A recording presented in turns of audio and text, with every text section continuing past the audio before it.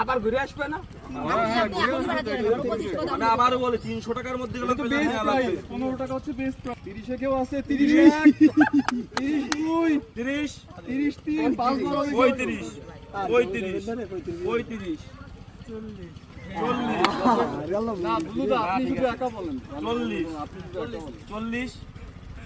40 45 তো নেই আলামিন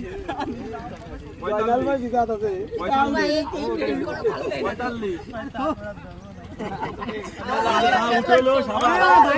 পছন্দ হয়েছে এখন দাম নিলাম হয়েছে দাম হইতেছে